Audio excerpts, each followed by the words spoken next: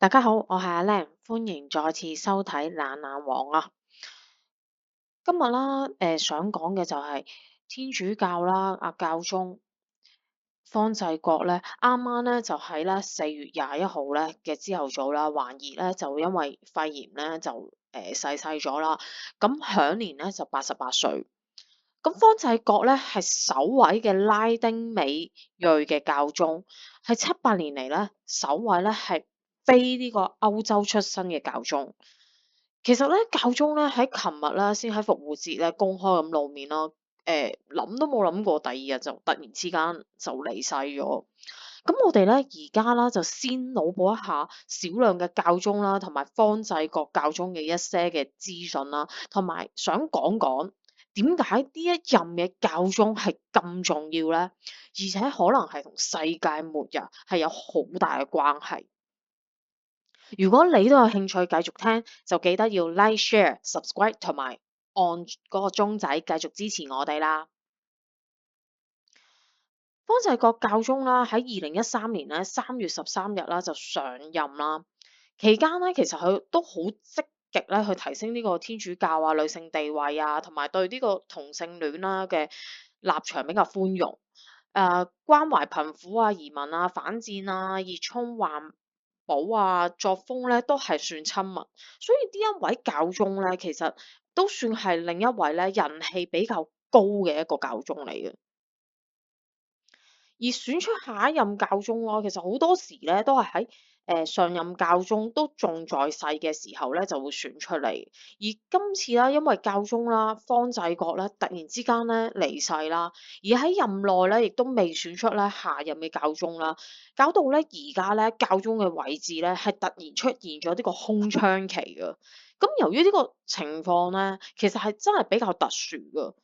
咁而據了解啦，咁天主教咧，其實咧可能咧會啟動咧一個全球最古老嘅選舉制度啦，就係由啲樞機團咧去召開呢個秘密嘅會議，喺梵蒂岡嘅小堂入邊咧就投票去選出呢個新任嘅教宗。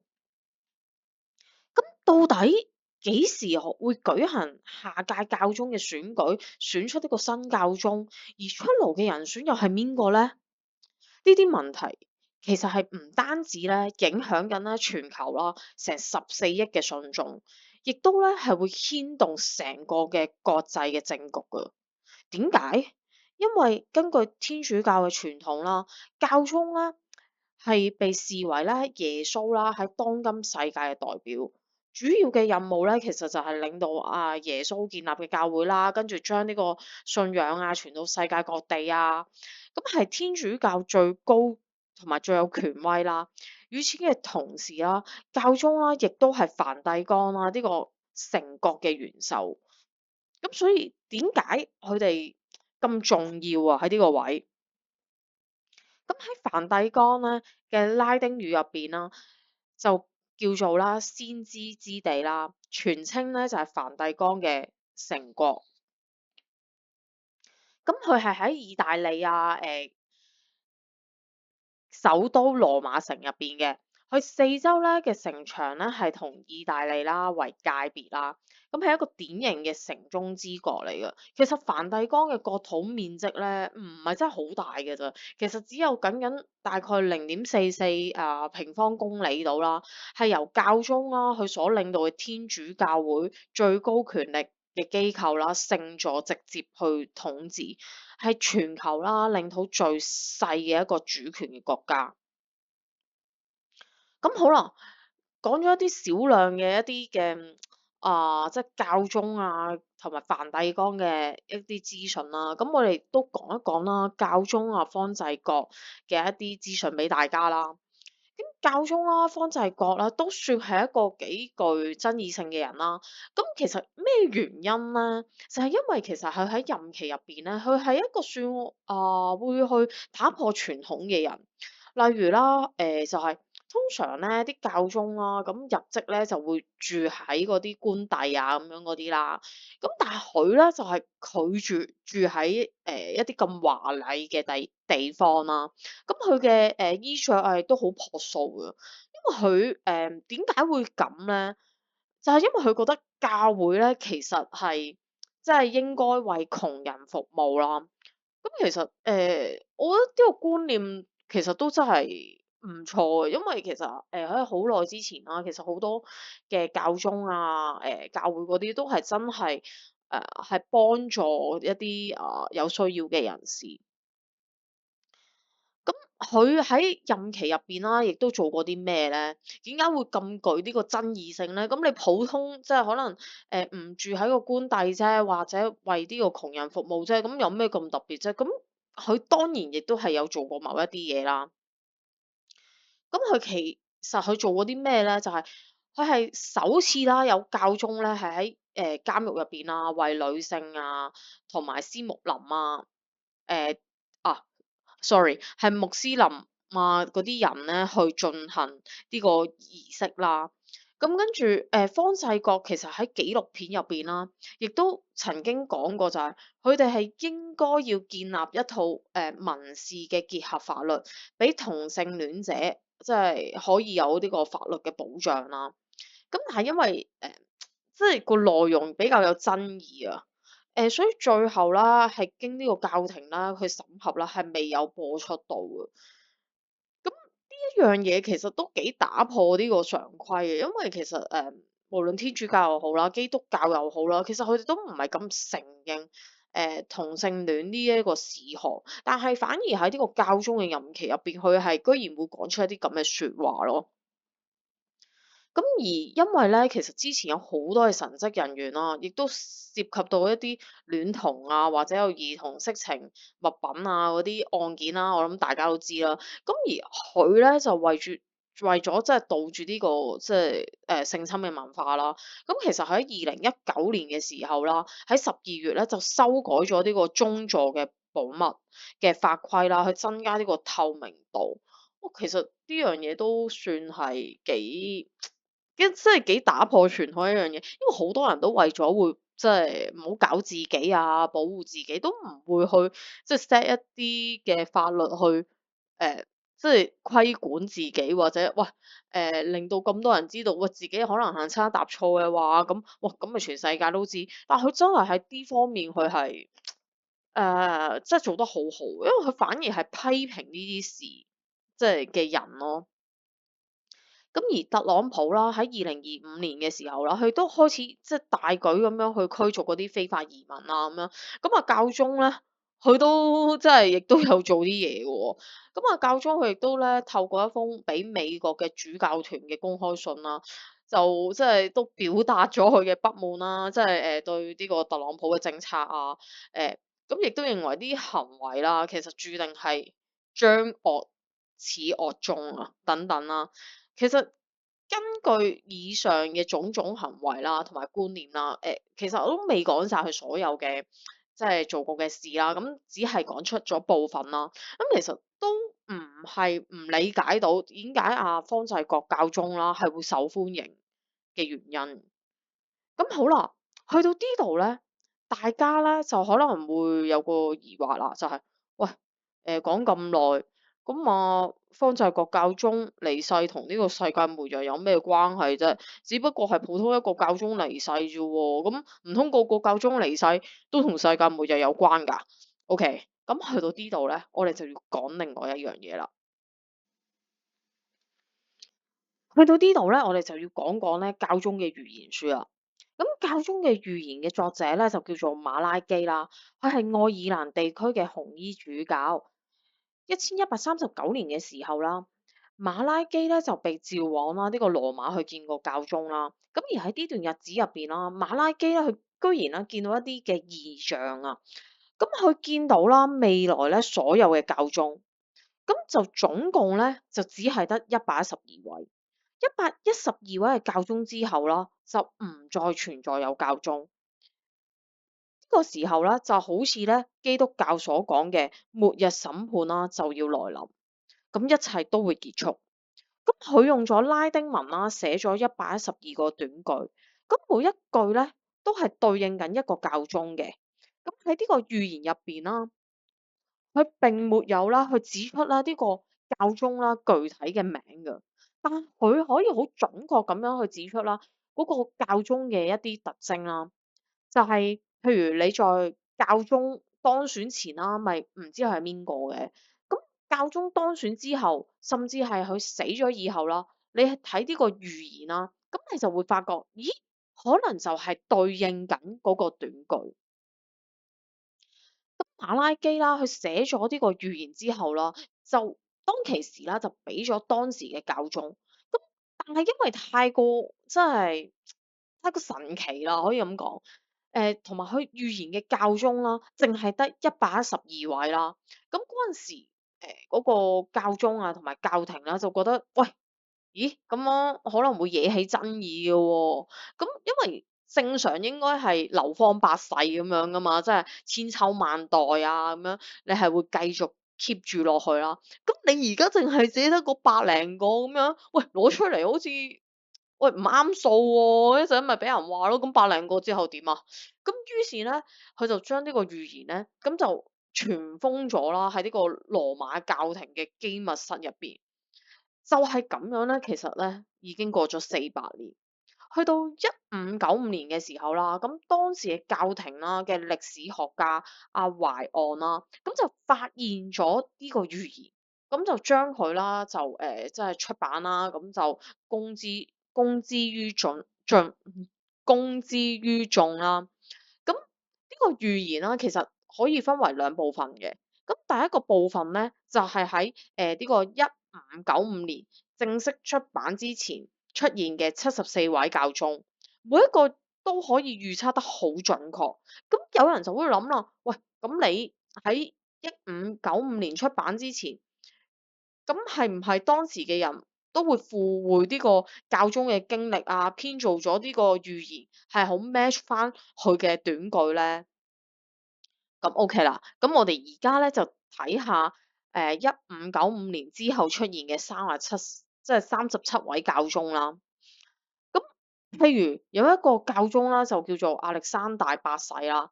咁佢嘅預言咧係光榮嘅悔罪。咁呢位亞歷山大八世啦，喺聖保祿日啦就當選為教宗嘅。咁喺基督教入邊咧，聖保祿咧就係呢個嘅悔罪者嘅代名詞啊。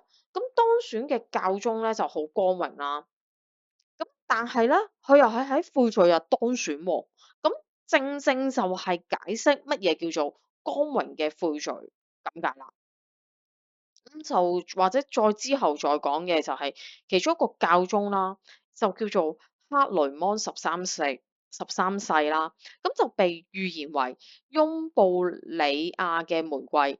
翁布里亞啦，其實係意大利嘅一個地區嚟㗎。咁而呢個教宗咧，之前咧就係做過翁布里亞地區嘅一個總督㗎。咁聽落成個預言咧，都係類似係咁嘅，每一個都係通過一啲好隱晦嘅一啲短句啦嘅方式啦，嚟暗示呢個教宗嘅一啲特徵啊。雖然咧，佢呢個教宗啦預言咧讀起上嚟咧就會比較隱晦啦，咁但係其實你又覺得有啲位又真係 match 到嘅喎。因為咧，佢係按呢個時間嘅順序啦，去排落去啦。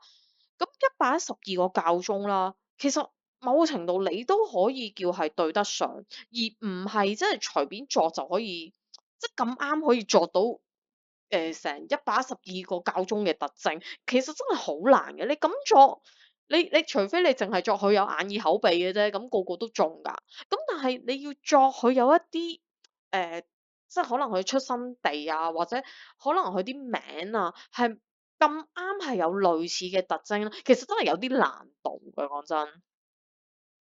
咁而其中一個我覺得都算係幾準確，亦都係有啲意思嘅咧，就係阿保祿二世。佢係喺冷戰時期嘅一個教宗，佢對應嘅預言啦，個字面咧就係、太陽的工作啦，或者係叫太陽俾佢嘅生命啊。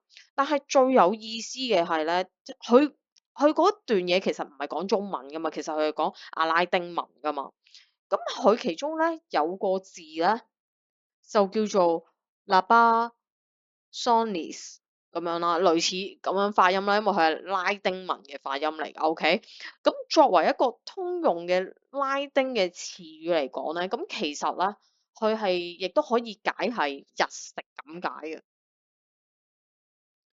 咁然後啦，教宗啦，保祿二世咧，佢出生咧嗰一日咧，係真係發生咗日食嘅喎。咁你會覺得，唉，咁啱啫，佢出世嘅時候即係有日食有幾出奇啊，大佬。咁但係咧，喺佢去世嗰一日啊，係2005年嘅4月8日啦。咁整個嘅太平洋啦、中美洲啊、加勒比啊、紐西蘭啊，都係發生咗日偏食嘅喎。咁如果作古仔，又係咪可以做到咁巧咧？咁而佢出世嗰日發生日食咧，其實係1920年嘅5月18日喺印度洋發生咗嘅日食咯。咁其實如果要作真係有啲難，喂，都唔係每個人可以咁啱，真係出生係日食㗎，講真。喂，日食都唔係日日有啊，其實真係有啲難㗎。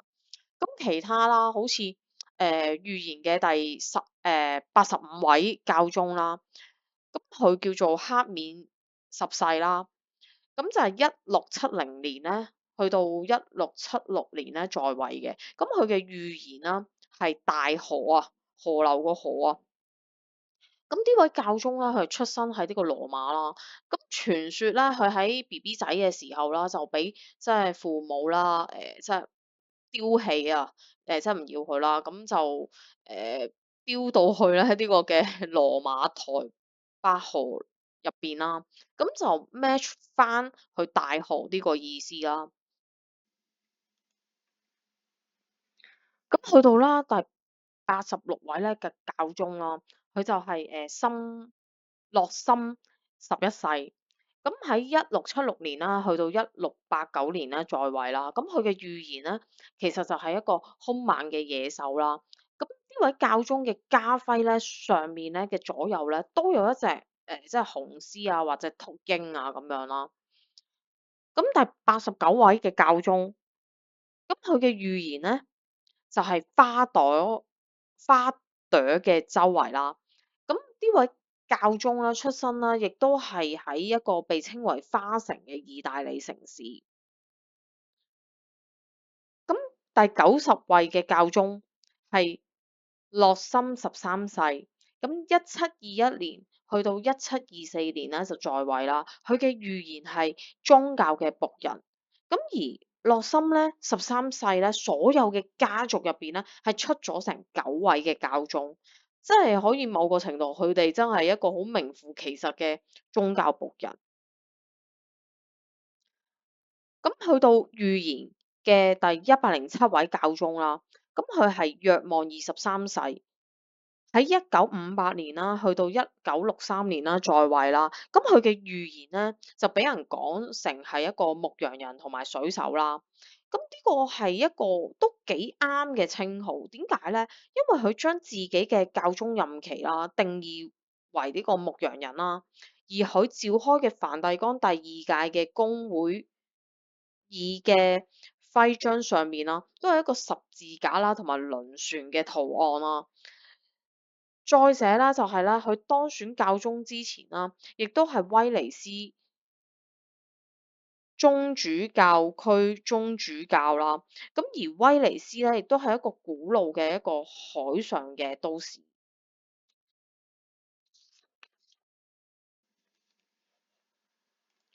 預言嘅第111位教宗，預言咧係形容啦佢為呢個橄欖嘅榮耀啦。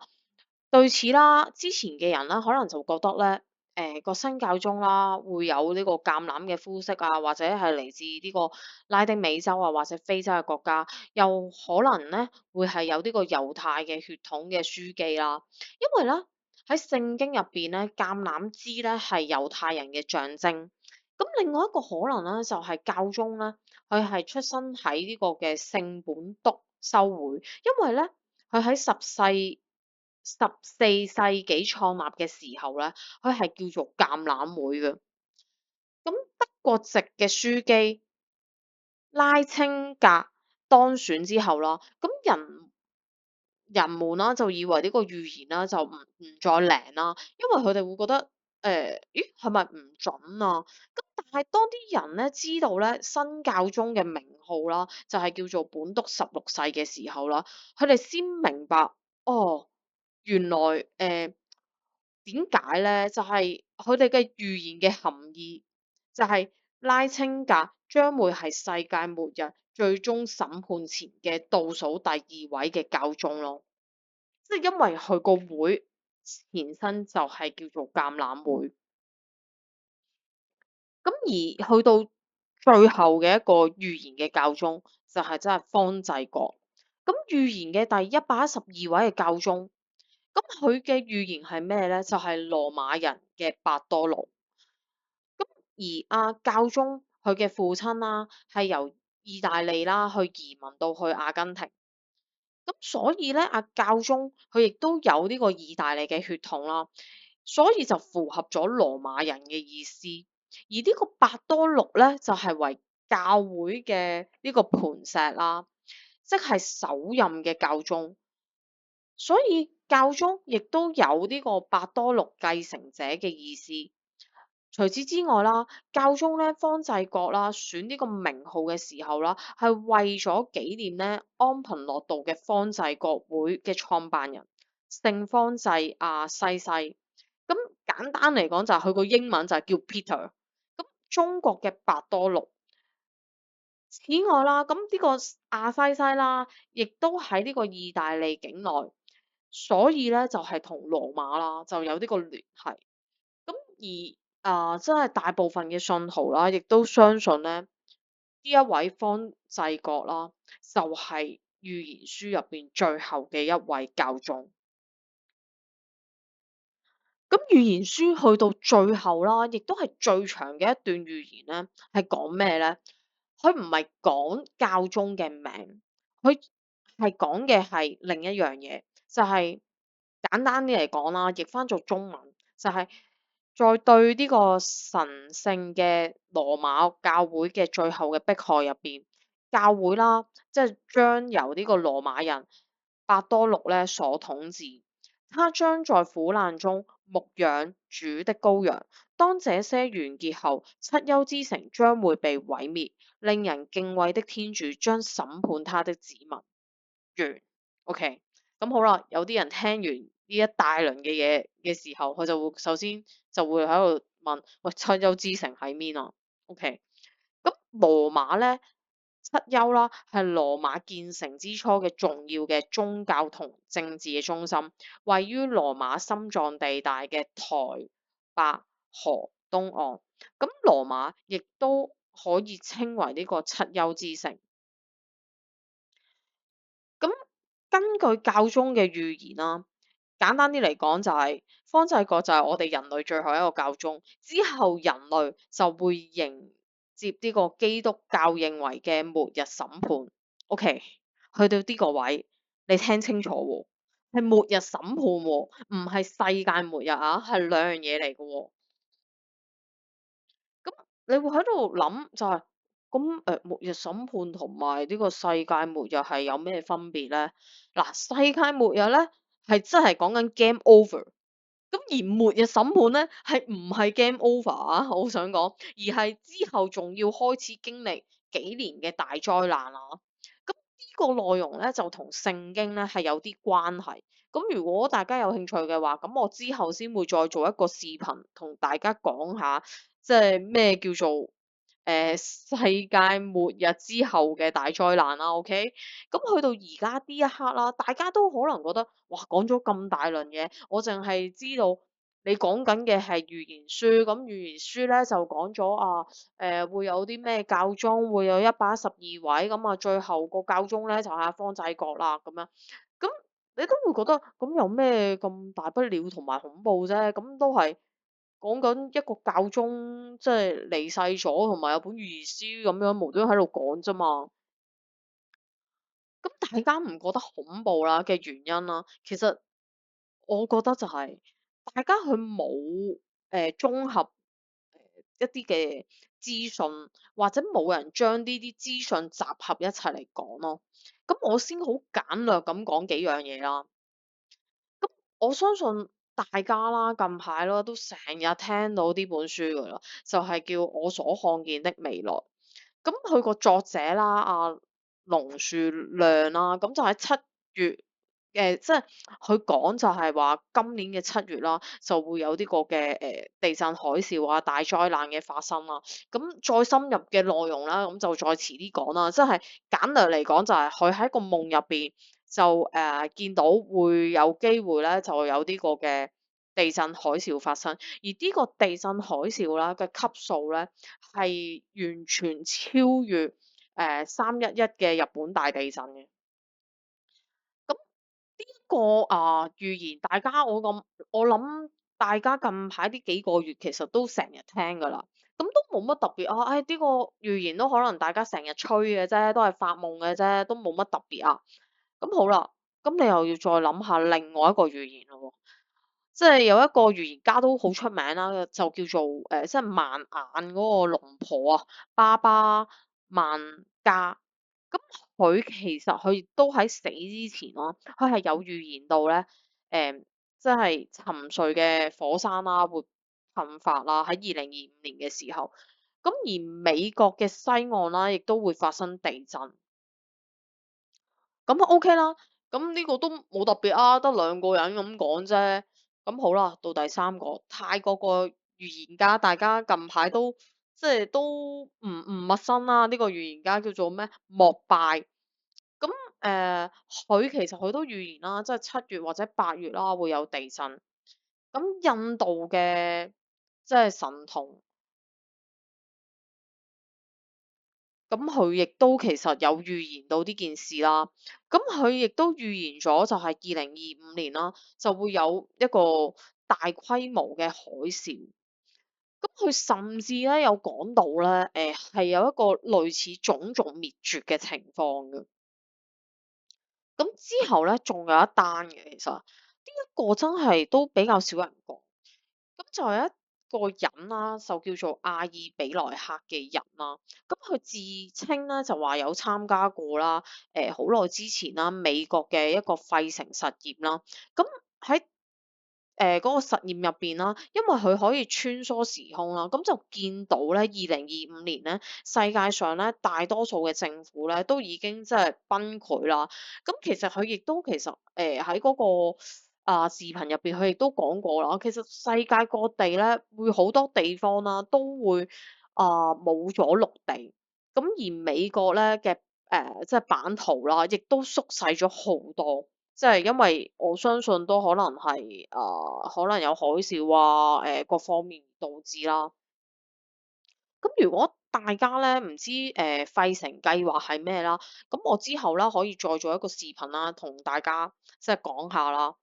咁喺我頭先剛才講嘅嗰啲預言家入邊啦，咁最少講緊嘅就有5個啦。咁其實某個程度咧，佢哋都不約而同咧講緊嘅係同一個年份，就係2025年。咁當然啦，我所講嘅呢個預言家入邊有啲係仲在生嘅，咁有一啲咧就已經死咗啦。咁有一啲咧就係話係支持預言啦，就唔係話今年跑出嚟就話我今年見到啊定點啦。咁但係其實大家有冇諗過就係點解大家嘅預言家都係講緊2025年嘅咧？咁如果你話喂，我純粹想吹水，我要搏見報嘅話，咁喂你可以講2030啊，喂仲有5年俾你捱喎。咁如果你真係純粹講一個大話嘅，你都唔想俾人咁快去踢爆㗎，咁你梗係吹，喂，可能2030、2035咯。點解要講嘅係即係2025年呢個日子咧？同埋大部分講緊嘅都係上半年咯。因為呢個嘅印度神童啦，佢都係講緊2025年嘅上半年咁滯㗎。即係唔係講喂下半年啦，即係可能過咗8月啊或者9月啊就會發生。其實佢哋大部分講嘅嘢都好相近㗎。嗱，佢哋都唔同國籍啊，其實某個程度你都冇得抄啩，又印度，即係又泰國，又日本咁樣，又美國咁樣。喂，你要抄都有啲難啫。但係大家都講緊2025年嘅時候，咁會唔會可能真係會有啲嘢發生？只不過，可能係唔同類型啦，或者係個災難係未必咁大，或者係個災難其實係未必只係同一個地方咧。其實好似你睇緊嗰本書啊，就係我所看見的未來。佢其實講嚟講去都係講緊即係日本啊，即係菲律賓啊、台灣啊，即係近乎呢啲位置左右啦。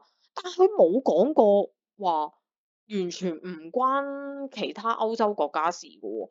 因為如果你有即係大概了解嗰本書啦，其實佢係講過咧，喺一個夢境入邊咧，佢係見到唔同國籍嘅人㗎，即係佢唔係話單純淨係見到日本啊或者亞洲人嘅面孔嘅，佢係見到係唔同國籍。咁真係講緊嘅，當你而家可能只係 focus 咗喺日本啊、台灣嘅話，其實呢一個嘅如果真係有災難發生啦，其實根本就唔止喺嗰個日本、台灣啊、菲律賓呢個位置，可能你美國啊、英國、意大利嗰啲都會發生，只不過冇人講同埋冇人特別提啫嘛。因為其實有一啲嘅預言家，佢都係有講到係即係有火山，即係可能噴發，即係好似阿孟婆咁樣啦。佢其實係講緊一個沉睡嘅火山噴發而即係會有一樣咁嘅嘢去出現啦。咁而其實龍樹亮呢個作者，佢都有講過係即係類似喺海底入邊。即係有一啲威力好強大嘅嘢爆發咁樣，而導致。所以你話會唔會有機會係一啲沉睡嘅火山爆發咧？我覺得都係會有即係可能性喺度嘅。咁當然啦，呢個可能性有幾高或者有幾大？嗯，到底係唔係純粹巧合啊，定係真係會真有其事咧？咁就留翻俾觀眾你哋自己諗下啦。而我咧自己就唔會排除一切嘅可能性，因為喺我世界入邊，我覺得冇嘢係絕對，誒冇嘢話會係一定唔會發生，定係一定會發生。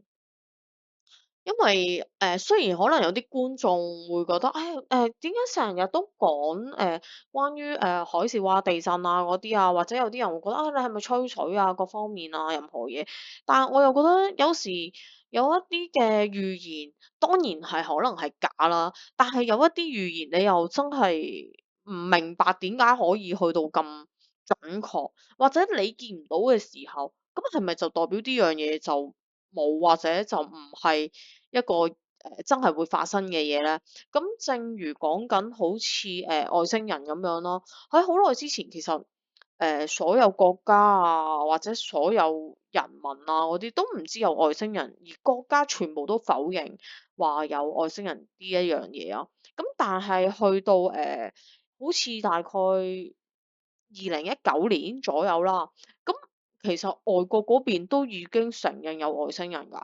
咁如果你話即係以前嗰啲人啦，成日可能講 UFO 啊嗰啲就會話：喂，你係咪吹水啊？喺度扮見到 UFO 啊？咁我又覺得有時你唔信啫，唔代表唔係㗎嘛。或者係即使有人知嗰啲，都唔會講俾你聽啫。咁但係唔代表佢冇可能發生咯。其實可能佢係真係發生，亦都有機會有啲人係知真係會發生，佢唔講俾你聽啫，係咪？咁我覺得，大家可以真係考慮下，會唔會真係發生啊？或者你又可以諗下，咦，如果發生，你又可能會點做咧？各方面。咁好啦，今日咧個影片咧就到而家啦。咁如果咧你都覺得想再聽啦下一段嘅視頻啦，而你亦都咧同意我所講嘅一啲嘅睇法啊各方面啊，咁就希望你可以 subscribe、like、share 啦，同埋撳埋個鐘仔啦，咁就去支持我哋啦。咁我哋下段咧影片咧就再見啦，拜拜。